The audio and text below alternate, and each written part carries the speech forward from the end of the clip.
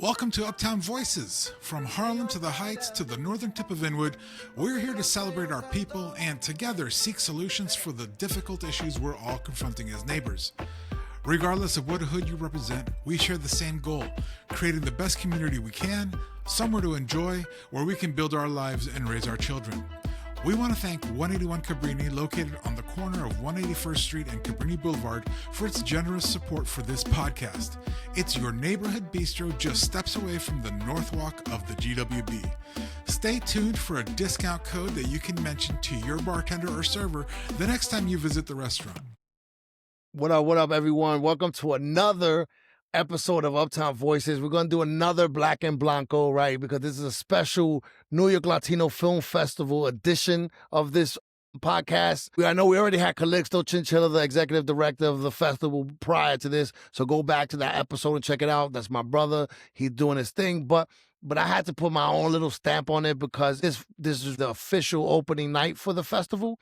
The New York Latino Film Festival happens every year, Hispanic Heritage Month, and we kill that. We own New York City every year in, year out, with the festival. So one of the things I want to do, I want to go through I'm sorry, Octavio, I'm kind of dominating this one just because the New York Latino Film Festival was so near and dear to my heart, right? Because no, man, I want to hear this. Yeah, because with the Uptown Collective, right, I do everything. I make every single decision. I do everything, right? With NYLIF, I get to be one of the cogs in the wheel, part of this amazing big team that Calixto helms, and there's all these people, and we get to be like together as a team. And it is one of the most grueling things that I do every year in, year out, but it is one of the most rewarding that I do. So the New York Latino Film Festival takes place from the 13th of September to the 21st. The 13th is a Futuro digital conference. So by the time this airs, that would already be a smashing success. Opening night, and we have an amazing film. But before I do that, let me do my top 10 films. And I wrote it down, so you got to bear with me. These are the top 10 films that I want to, not just to watch, right? Because the thing about New York Latino Film Festival is not just to watch. It's also certain days or certain places. Everyone gets dressed up. It's almost like a fashion show, right? So these are the top 10 films for Let Black at the New York Latino Film Festival top 25, right? So let's go for it. I wrote it down. Bear with me. All right. So my number 10, I'm starting number 10, is On the Outs. On the Outs is the 20th anniversary. That film stars Judy Marte and my good friend Dominic Colon. It was about like kids in Jersey City going through their own things. And what's amazing, again, this movie came out 20 years ago. We're going to do there's going to be some of the cast is going to be there. So that's number 10. So that's an important film. And we're going to have a good time tonight. Number 9, this is even bigger though. This is Girl Fight. This is the movie that made Rochelle Rodriguez a household name. This is the movie that New York Latino Film Festival first opened up with. Right now we're doing a 25-year anniversary with the cast reunion, and that's going to be a big deal. Like I said, this is the movie that put Michelle Rodriguez on the map, and in certain ways it put NYLIF on the map too, right? This was the first big movie that we premiered. I was not part of the festival at the time, but that's why this movie is so important. Number 8 is called El Tigre. It's a short starring my brother, Elvis Nolasco, who's just the fucking man. He's just a humble dude, but he's an amazing actor. He's been on so many things. Worked with Spike Lee. He was in Godfather Harlem. He also did the horror film that premiered on Hulu, the Mr. Crockett, I think it was. He was amazing in that. And it's directed by Andrew Rodriguez, who I don't know, but my oldest daughter and him are good friends. So if she vouches for him, I know he's a good dude. And it's about the food insecurity in the Bronx and things of that nature. So that looks really good. Number 7 is Papi Chulo. It's directed by my good friend Anthony Rojas. My daughter, Imani Fuentes, was the lead female actress in the film. She also helped to produce the film. So I'm excited to see, what kind of response the film gets. My daughter, Imani, is a superstar in her own right. Number 6 is an important film. It's called La Salsa Vive. It's directed by Juan Carvajal. And NYLIF has a hand in making that movie, become a thing. I think NYLIF helped to produce parts of work to make that movie a reality. And what make that movie really amazing, it tells you the story of how salsa went from New York City to really where it really lives in Cali, Colombia, right? Like Yeah. Colombians love their salsa. They've taken it to next levels, dancing and all that. So that this movie tells that story, right? So it shows you how Hector Lavoe, comes from New York, but when he wasn't getting no love here, he was still like a god in Colombia, so were all these great salseros. They love to perform there because they would get love like they got no other place. So that movie's super important. You definitely should watch it. I can't wait. I can't wait to see that. That's going to be great. Yeah, for sure. Number 5 is a movie called Tigre. So there was El Tigre, and this is Tigre, right? And it's directed by Jose Maria Cabral. That's important, right? Because Jose Maria Cabral is like this groundbreaking Dominican young director. He actually is the first person to have 2 films in the festival. So my number 4 film is also by him, right? And Tigre also has my other brother, Manny Perez, who's also a Heights legend. That's my good friend. He's in this film as well. And it's about toxic Dominican masculinity that I know a lot about that topic, but I didn't see that movie, so I'm looking forward to seeing that one. Number 4, again, is also directed by Jose Maria Cabral. It's called La 42, and I actually got to see that. And just so you understand what that movie's about, Capotillo is the realest hood in Santo Domingo, right?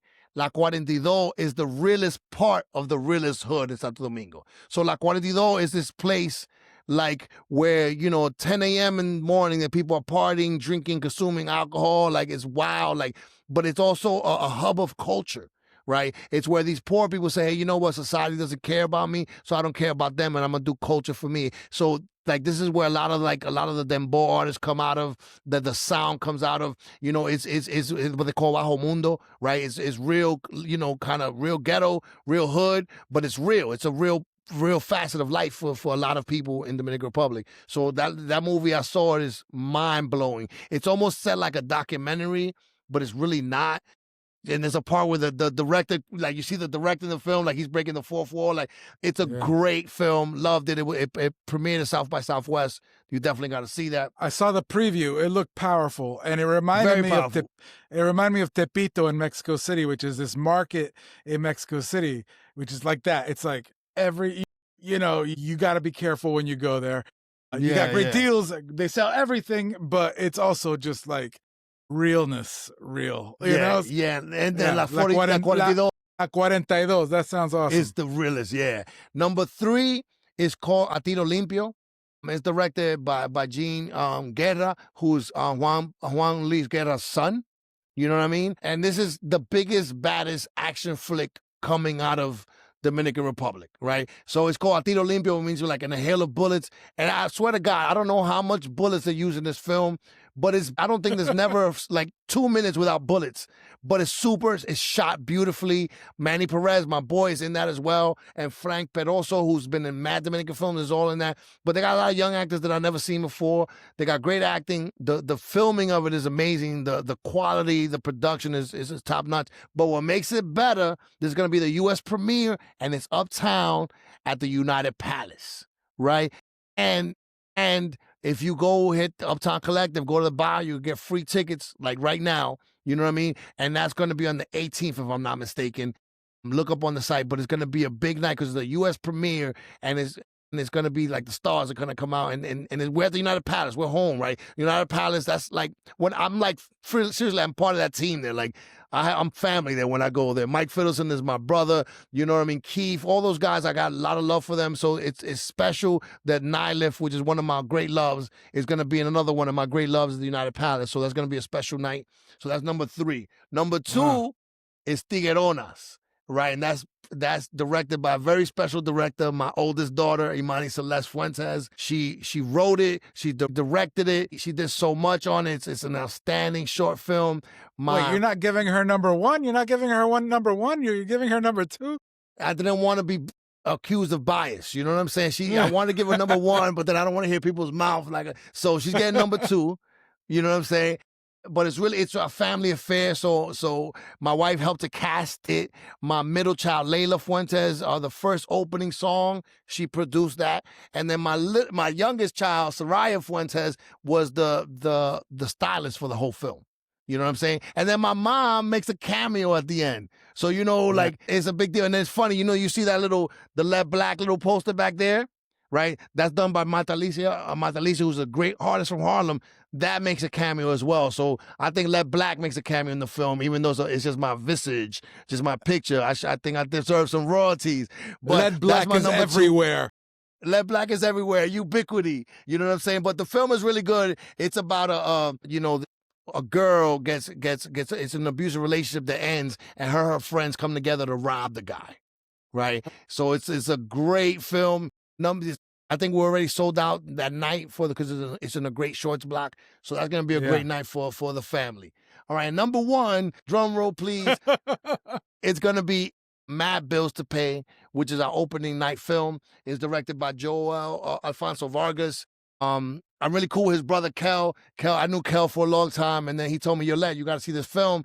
He kept telling me about it, and then when I saw it, it's one of those films that like stays with you long after you like saw it. To me, is this generation's Raising Victor Vargas. It is that important. It captures life for poor working class Dominican family in the Bronx, right? So the Bronx is well represented in this film, Fordham Road, Orchard Beach, right? The Bronx is a character in this film. They have like actors that like Destiny Checo and Juan Collado, who they found, who were studying actors, but were not established actors, right? And they killed it. You have Natalie Navarro, who is an established actress, and she killed it as a sister. And then Johanna Florentina, who's like the mom. She's a Dominican mom. Like, I know this woman. I know that Dominican mom. They actually won the ensemble at Sundance this year.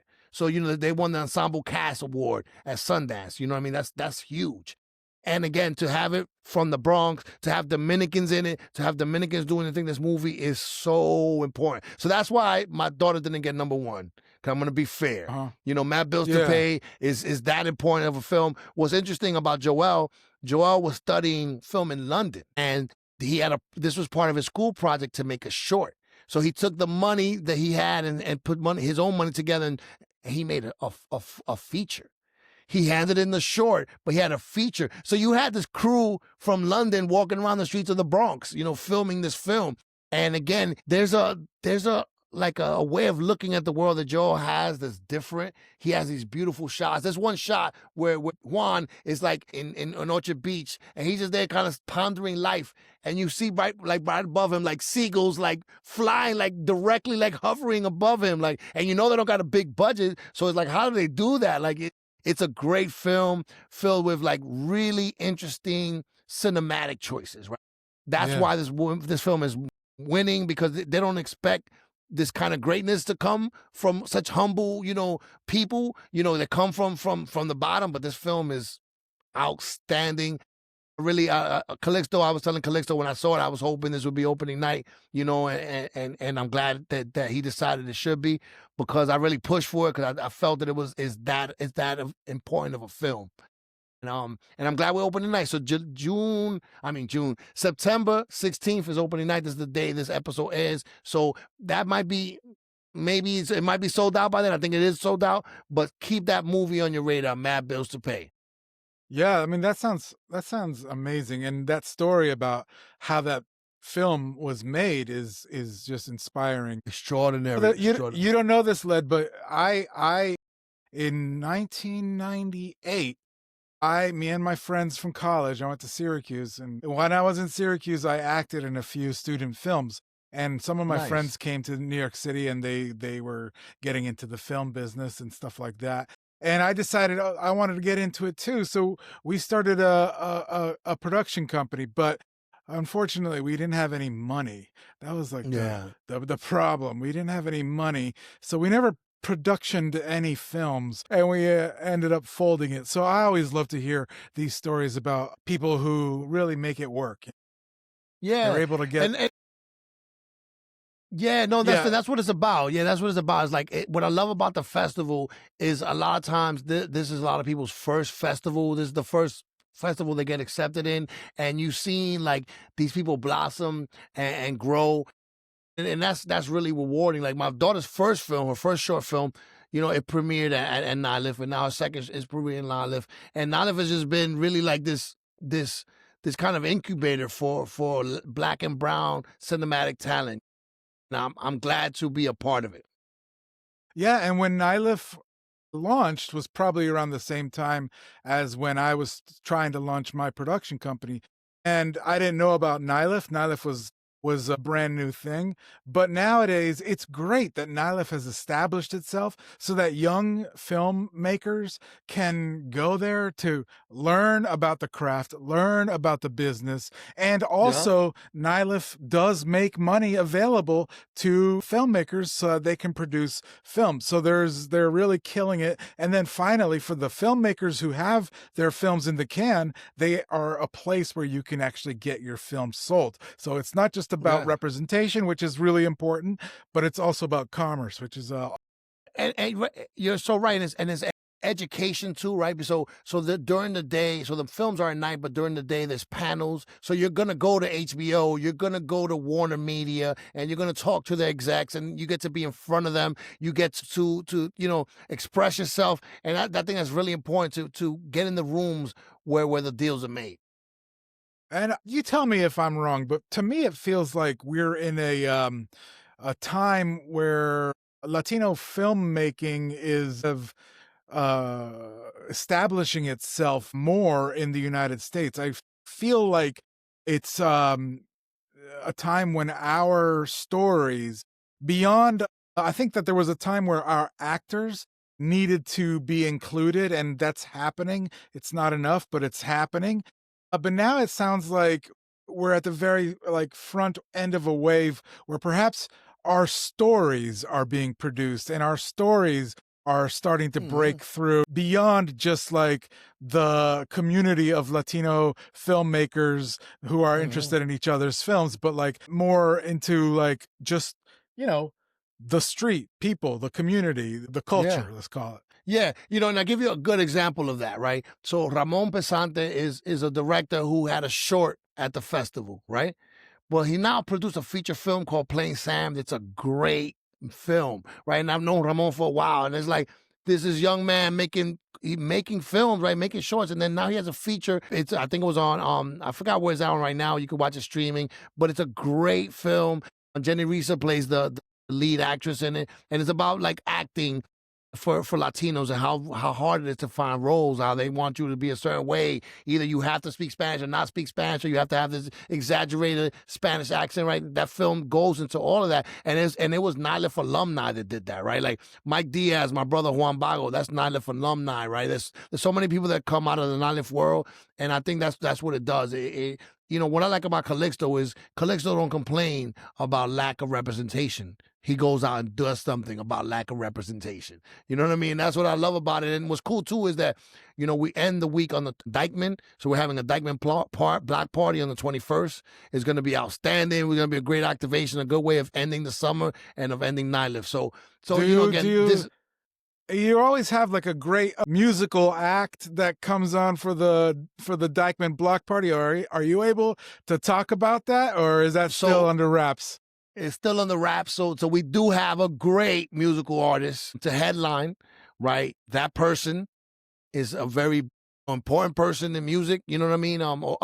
They're a big up and coming act, right? They've already they're established, but they're on the young side. Super big deal, but we can't say who it is. But for the first time, we're actually opening it up to anybody, right? So meaning we've been getting submissions to open up that stage to have just people that we think got the chops to perform. So usually we curate the talent beforehand. This time we're saying, hey, look, if you think you got what it takes, send us a DM and see what happens. So we haven't announced who those winners are yet, but that'll be soon because the 21st is around the corner.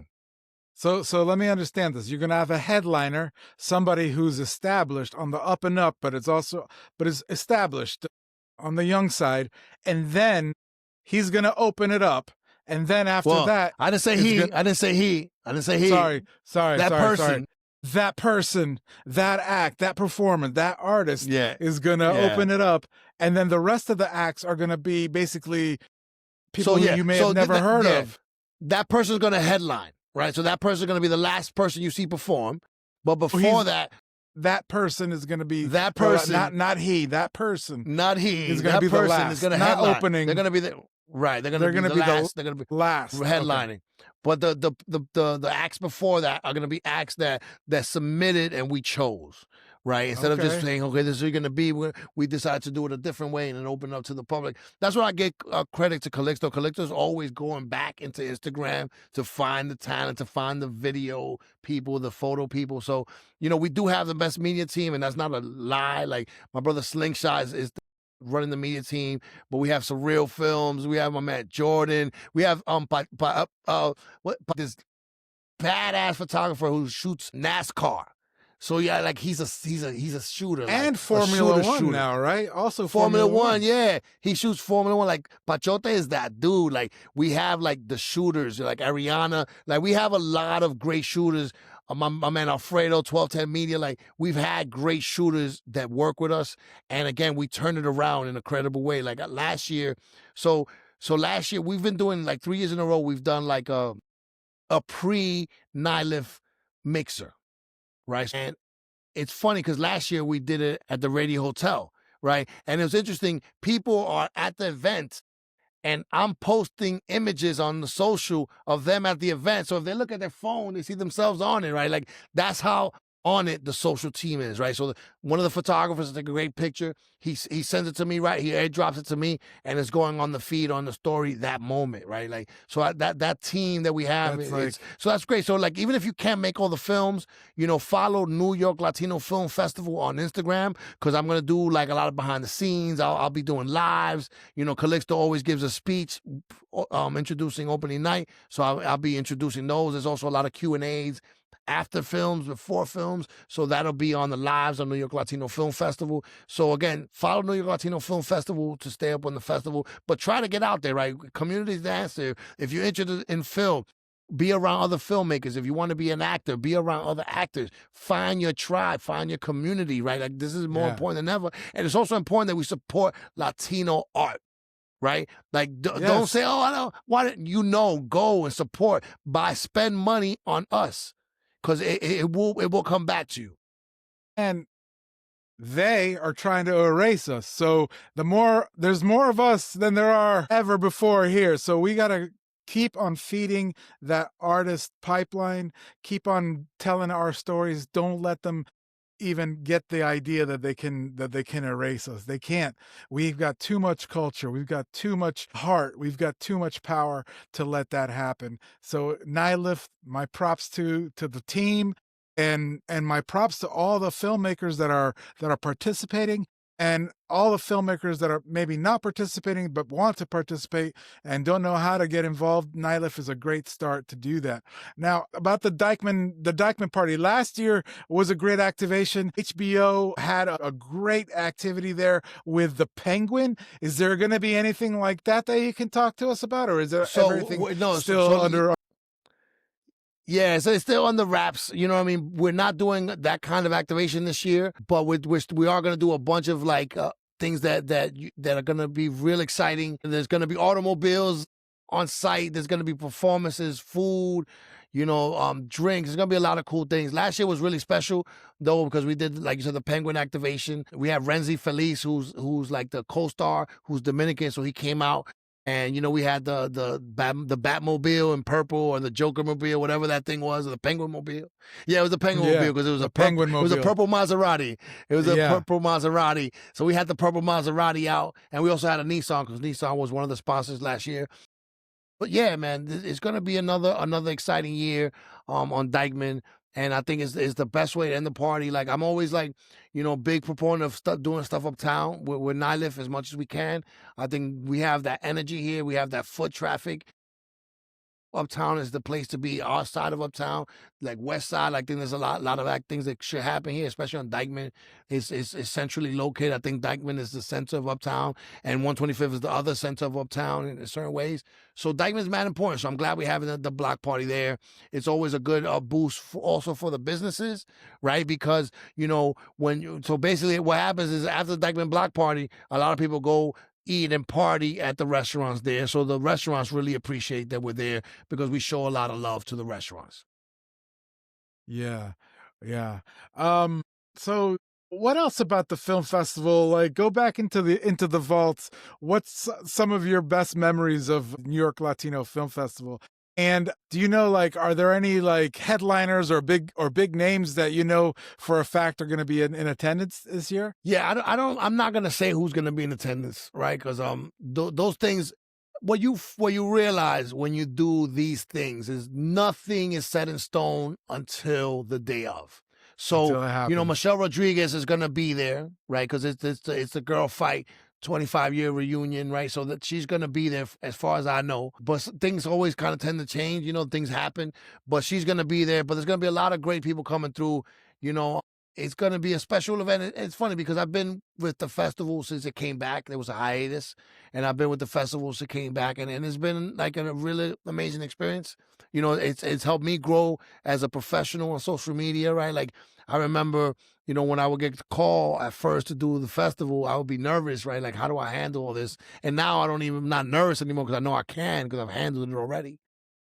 But we had opening night, I think it was 2018 or 2019, if I'm not mistaken. One of those 2 years, we had Ruben Blades there. You know what I mean? And after they did the the announcement, he was back in in the cut talking to us, dropping like it's Ruben Blades, like just dropping in knowledge on us, talking to us, showing us love. Like that was a great moment. You know what I mean? And again, I just like when we see us on screens, like we belong on those screens. One moment that my daughter doesn't want me to probably mention, right, is on when her first film premiered at New York Latino Film Festival. I think it was 21. My wife and I have cameos in the film, right? So we're premiering, the film is premiering in a shorts block at the New York Latino Film Festival 2021, right? It's a packed house. I mean, it was because it was not just because of my daughter's film, but all the films. So the shorts do really well. So it's funny. NYLIF is almost like a shorts festival within a regular festival because we have blocks of great shorts, and short films are like this its own thing. So those blocks of shorts sell really well. So it was a packed to capacity house, right? And it's funny, so where everyone's watching, but when I made my cameo, because I know so much people there, the theater erupted. So I still tell my daughter, I bring that up every time I can. Like, look, they erupted for me, homegirl. Like, I'm the star of that film. I was in the film like for like 3 seconds. You know what I mean? Like, I made a line about talking about Platanos and that's it. Like, I was on the screen for no time. But because people there know me, when I appeared on the screen, the whole theater went up, and it was hilarious. But the NYLIF is really near dear to my heart. Like again, I like the action. I like being part of it. I like helping to use social media to really boost it as much as I can. I feel really lucky that I get to work behind Calixto. Like Calixto's a visionary. He's a leader. You know what I mean? But he's not full of himself. You know what I mean? Like he's not like I know everything. So he leans on all of us in a way that shows you he's a real leader, right? Like he'll say, "Yo, Lev, what you think? Lev." So there's certain things that he really relies on me because he knows my instinct. He knows how the post that I have my finger on the post of a lot of shit in New York. You know what I mean? So he trusts me, and that feeling is mutual. So again, I get to do the premier Latino film event in the country, to be a part of it, to help out, to do it every year out, and it's one of the great, like I said, it's one of the things I really enjoy every year, and it's super grueling, right? Because it's every day. You're there every day from early to late working the festival, dealing with whatever comes your way, surprises, changes, problems, right? And you're there handling it and with a beautiful group of people that become, you're like soldiers in this mission together. And then it's like as stressful as it is, as soon as it's over, you suffer withdrawal. Right, because like I was in the trenches yesterday with all these people. Now I'm at home, by myself. Yeah. You know what I mean? So it's a great festival, and it's super important. I'm glad to be a part of it. And again, I feel like that's part of fighting against the system and right, doing our part for our people, for our culture, to say we matter. Right, that you can't cancel us, you can't erase us. We're not gonna be erased. We're not going back. We're not. No, we're not. No, right, we're not. like this is either all of ours or it's nobody's. You can't erase us. You just can't. We're here, and our youth is here. Our youth is engaged. Our youth cares. Our youth is creative, and you cannot get rid of us. I really applaud you. I applaud Calixto and everybody who's taking a part in this. So more power to you, man. I appreciate what you're doing there, and I Thanks, definitely brother. can't wait to see some of these films myself. They look exciting, you know. They're not like, how can I say this? You know, there was a time, once upon a time, when maybe films that were like Latino films, they kind of looked sort of like, you know, very, very independent, and they looked maybe a little rough around the edges. Not Right. anymore. These films are legit cinematic works of art. They Yeah. look like they Yeah. were produced in Hollywood. They still have the grit and the realness, but they have an amazing Yeah. look, and the quality is incredible. So that's why I think like we're on the cusp of just this new, not resurgent, but this explosion of high quality, good storytelling Latino films that are going to be consumed by everybody, not just aimed at solely the Latino audience. These are films that anybody is going to be, who's interested in good storytelling, who's interested in movies, whether they be streaming or at the movie theater. People are going to want to see these films. So I'm excited for this, and I'm excited to see another 25 years of NYLIF, and That's I'm it. excited to see, you know, Latino film not have to be branded Latino film anymore. I just want it Right. to be seen as like, you know, good quality filmmaking, which is what's happening. Yeah, for sure. And I think what you were speaking to earlier, like when you were trying to do film, was a different ball game, right? It was a high capital production thing. Now you can leverage a lot of things. The barriers of entry have fallen, so you can make good films without a huge budget.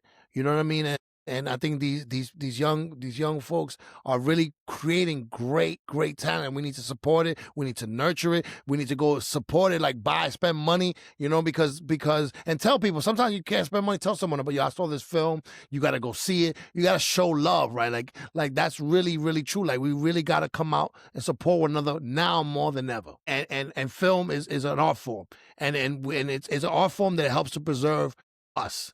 And we need it more than ever.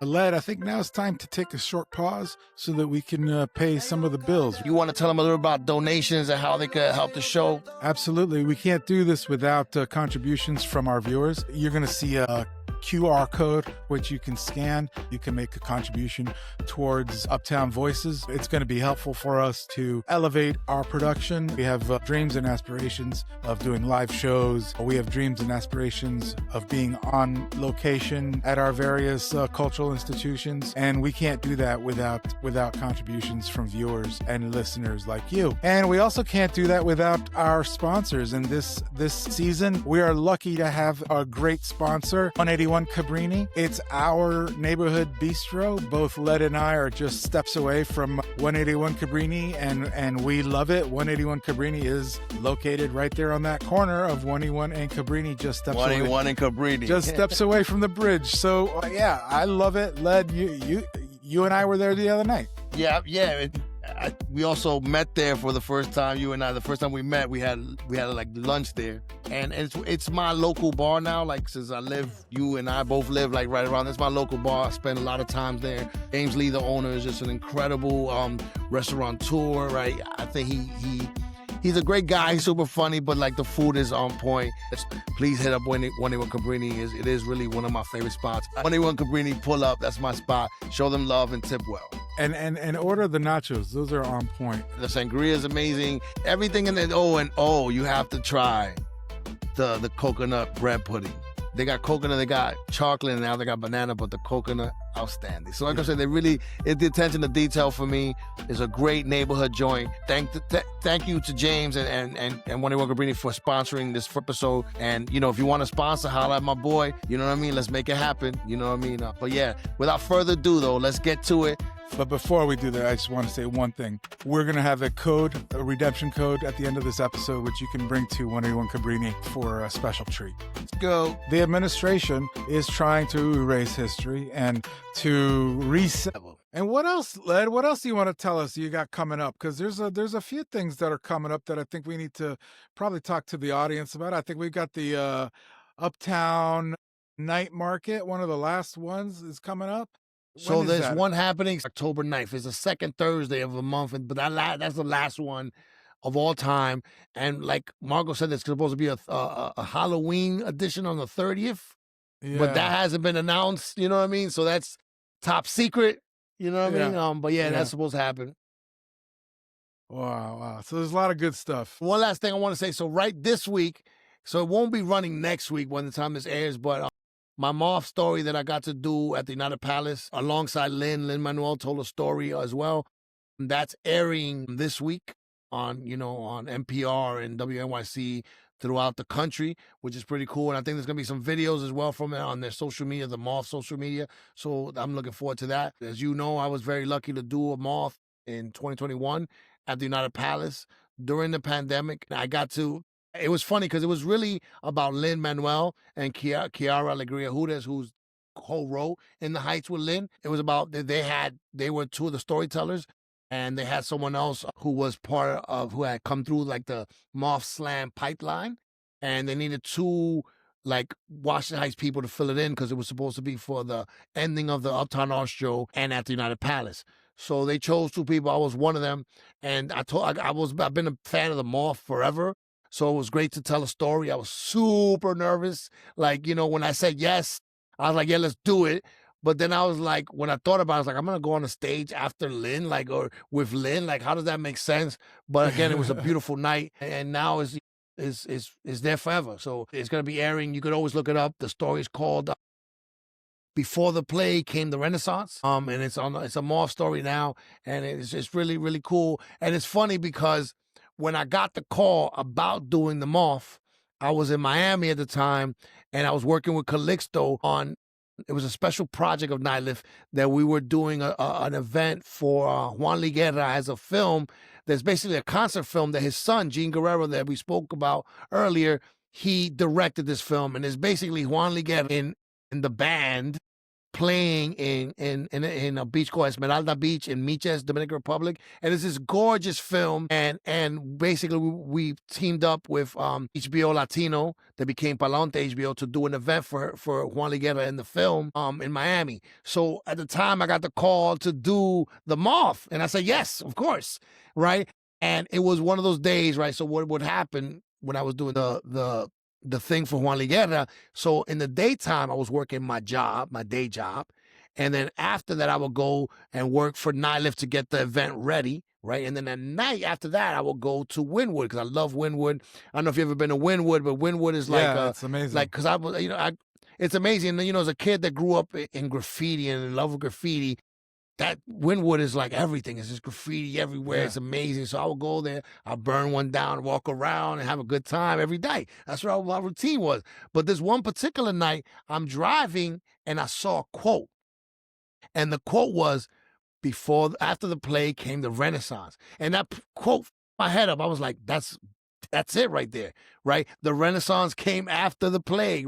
It spoke to me because at that time we were knee deep in a pandemic, right? And it spoke of hope, right? Like that after this calamity, things would be better, right? So I was just stuck with that in my head. So that's going to be my Twitter bio. I'm going to do this. I'm going to put this everywhere. Like, I love the quote. And I took a picture of it. It's on my social media feed, Let Black, Not Uptown Collective. So I took a quote, but then I went and smoked weed, right? And then I walked around. Next thing I know, I don't know where I'm at. I'm lost because it's a rental car. It's a rental car, so I don't know where I'm at. I just walk. I call my wife and say, listen, I'm lost in Wynwood. I don't know where my car is at. You know what I mean? And then I'm walking around for a long time, right? And then what happened was I saw the mural again, the artwork, after the play came the Renaissance. So once I saw that, I knew where my car was parked, and I was able to get home, right? And it turns out that later that month, on the 30th, right? So look how crazy this is. That night, right? So basically, when you do a Moth, you practice with your director once a week, right? And I got very lucky because Sarah Austin, who's like the head of the Moth, was my director. So she worked with me very closely to hone the story. So basically, every weekly we would have calls. And at first I could read. Afterwards, it had to be just me saying it without reading, right? Because you're telling a 10-minute, 11-minute story without notes, right? That's tough. So we were doing it, and then prior, the week of, you do it every day. Right, you do it every day to talk to her. So you go over it. She was giving me like 10 things to change. Like the last day, I'm like, I'm not changing that, Sarah. I'm sorry. Like, but I was very nervous. It was in my mind. I was like, what are you doing, going on a stage with Lin-Manuel Miranda? Like, why would you even do that to yourself? Like, why would you do that? Like, dumbass, right? So I was super nervous about it. So the performance was supposed to be June 30th, 2021, right? June 29th, right? So we were supposed to go to Yankee game. We had tickets to go to Yankee game. June 29th, 3 o'clock, I just had my practice with Sarah. We went over the Moth. She gave me some tips. I'm like, okay, I'm not changing anything on this story. This is as good as it's going to get, right? And then I get a call from the consulting company I work, and they were like, hey, by the way, the place you've been working for the last 18 years, we're letting you know we have to let you go. So the day before my Moth, right? So I had this bottle of wine. I was like, I'm going to drink this whole bottle of wine. But then I said, stop myself. If I do that, I'm only going to hurt myself. You know what I'm saying? I'm only going to hurt myself. So I kept practicing, right? My oldest daughter, who went to Tisch, who's an actress, she actually gave me a great tip for practicing my story. And no one in the Moth knew this. Basically, what I would do is, as I'm telling the story, her and my wife would throw socks at me.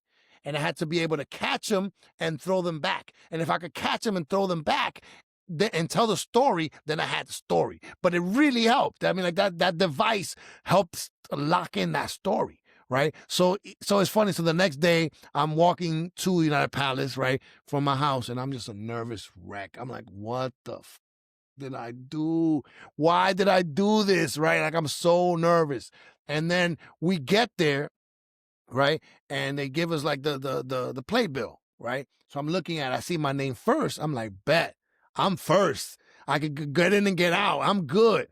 And then Lynn goes, no, lad, it's reverse. You're headlining. And then he just like risked me like really quick. And I was like, So I'm like, oh God. And then I'm like, so now I'm even way more nervous, right? So this is my first green room experience. So I've been in the other past forever, but I've never been in the green room. So I'm in my green room experience, and I'm calling my wife like desperate, like, oh my God, I don't know why. Why did I do this? Why'd you let me do this? Like, she always gets the rap. Why didn't you stop me? This is your fault. And everyone came out.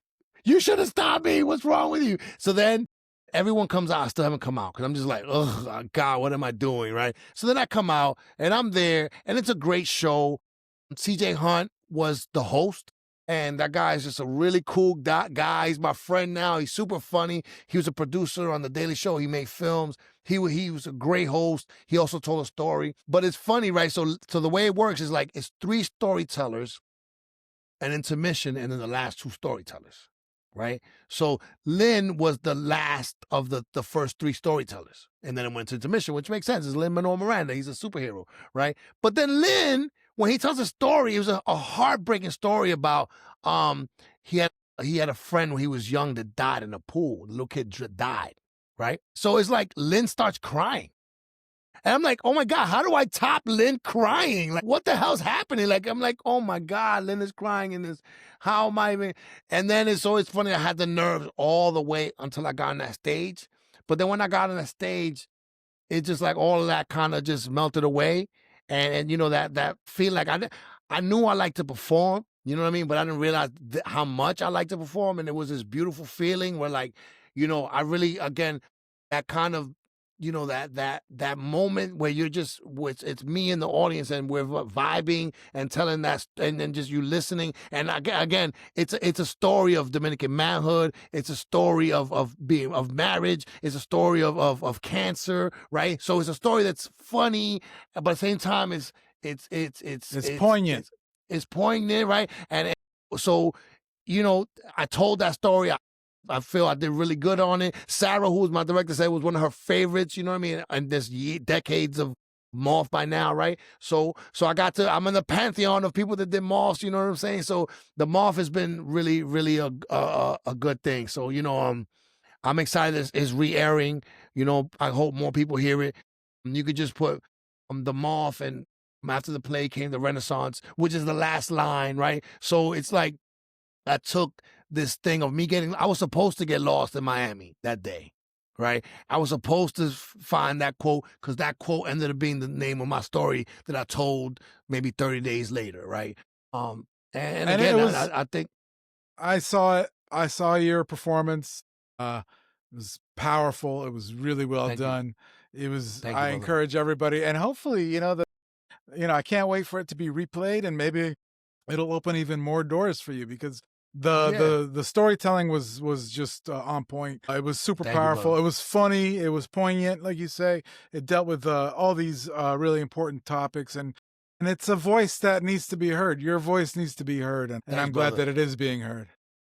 And what's really cool is that, so it came out November of that year, and they timed it to Lin-Manuel's directorial debut of Tick, Tick, Boom. So that week that film was coming out, they dropped the Moth, but I got fan mail. I never got fan mail before. And what's really cool is, so the way it works when you do a Moth is, prior to the pandemic, you could travel the world with one story. Right? So they could keep picking you. You could tell that same story around the world, but contractually, once it goes on the radio, you can't tell that story live again, ever. Right? So it was cool because the week before it was released, I got to perform the story again, but in Princeton University, to a sold-out audience with different storytellers and a different host. And I did my thing, and I wasn't last. I was good. I wasn't last. I was like third or whatever, but I had a good response. And it's funny because afterwards, it's Princeton, right? It's not like New York City. Like, when we came out, it was kind of late. There was like one restaurant still open. I go in there with my wife, and people were like fighting to get my bill. Like, they wanted to pay my tab. Like this guy said, I want to pay his tab. And then the other person was like, nah, we got this tab. It's already paid for. And that was really cool. Like, it was a nice experience, that my story affected people in that sense, you know what I mean? And sometimes I get comments, which is really cool, because one of the stories I tell too is about, the first line of the story is, I didn't know I was poor until my freshman year at Bronx High School of Science. Right? Because I grew up here. I grew up in the hood, right? And everyone was like me. And then I go to Bronx Science, and I was like, oh, I'm poor. I didn't even know what poverty was, but I guess I'm poor now. You know what I mean? But again, I saw some kids post on the comment like, oh my God, I feel seen. I'm a kid of color at Bronx Science. I'm a poor kid of color at Bronx Science, and you speak to me. And I heard that like a teacher there was playing it for the class, right? And that's dope. Like, that's amazing. Like, my struggle is not just my struggle. You know what I mean? Like, someone else goes through it. So I think that story's opened a bunch of doors, and I've been working on my second Moth, for a long time. Sarah gave me some love and says, like, Leb, when you're ready, like, let's do it. So I'm gonna try to dedicate, these next few months to get it going, and hopefully next year, I'll do another Moth, different topic, different thing. But the Moth has been very, very important for my growth as an artist, as a entity or whatever. And then I actually started doing my own version of the Moth, but I've only done one. It's called Smoke Signals. So it's kind of like a cannabis version of the Moth. We did one at La Chelas with 5 great storytellers, and it was a great night. But it's just a big undertaking that we haven't done one again. But we will put that back on the front burner again at some point. That's amazing. That's amazing. I think man, you're unstoppable. Your Lead Black is everywhere. Where do you get the energy from? Yeah, and we got this podcast too. And this podcast has been really good, man. Yeah, no, this podcast, I think it's been one of these things that, like, I've learned so much. You know what I mean? Like, it's people that I know usually, and then I know more. I learn more about them. I have more reason to even look at them with more admiration, right? From the very first podcast with Neria and Martin Collins, right? That these are people doing stuff for the community without glamour, right? Without like, hey, I'm doing this for me. Like, it's doing the hard work of community. Yeah. Right? Calixto, right? Mino Laura, right? Like, this is hard work, but it's done with love, and it's done for the betterment of us all. So it's like, this podcast has been good. So I thank you, man, because you do your thing, right? I just show up and talk. You know what I mean? You do all the back end hard work. You know what I mean? Like that, the grinding is you. You know what I mean? So I thank you for that. And also, you got Fago. Like, Felipe's my friend, but you made it happen. You got that bull by the horns, and I think that interview is running this week, and that's a very important interview. You know what I'm saying? Like, I think it's a local story that has national resonance. Global resonance. Global resonance, yep, global. Yeah, global. So yeah, that's what I think that this podcast, hopefully people will recognize that it's a local podcast. It's about, and that's a tough thing to do, to make a podcast about, local issues. But the issues that we talk about are not local only. The issues that we talk about are global and they're national. And so the podcast should be of interest to people from anywhere. It just happens to be that we're focusing on our community, on what we know. And luckily we're able to do it. Luckily podcasting is a medium that allows us to do this without having to invest too much into making it happen. So, it's inclusive. The only challenge is to get it seen across, as far and wide as we can. So, it's a marathon. It's not a race. So as long as you're with me, Right. Led, we're going to keep doing it. In there. We'll keep rocking on. We're going to keep rocking on. All Yes, right, sir. man. Yes, sir. Spread love is the Uptown way, brother. See you soon. Yes, sir. See you soon. Thanks for joining us in this episode of Uptown Voices, brought to you by 181 Cabrini, your neighborhood bistro just steps away from the North Walk of the George Washington Bridge. Use the code Uptown Voices Season 1 for your discount. And to stay up to date on the latest in Uptown, you can follow Uptown Collective on Instagram, Facebook, and X. If you're watching Uptown Voices on YouTube, don't forget to smash the subscribe button and to give us a like. And don't forget, we also need financial contributions from listeners like you to produce, improve, and expand our content. To contribute, please scan the QR code on the screen. Until next time, this has been Uptown Voices.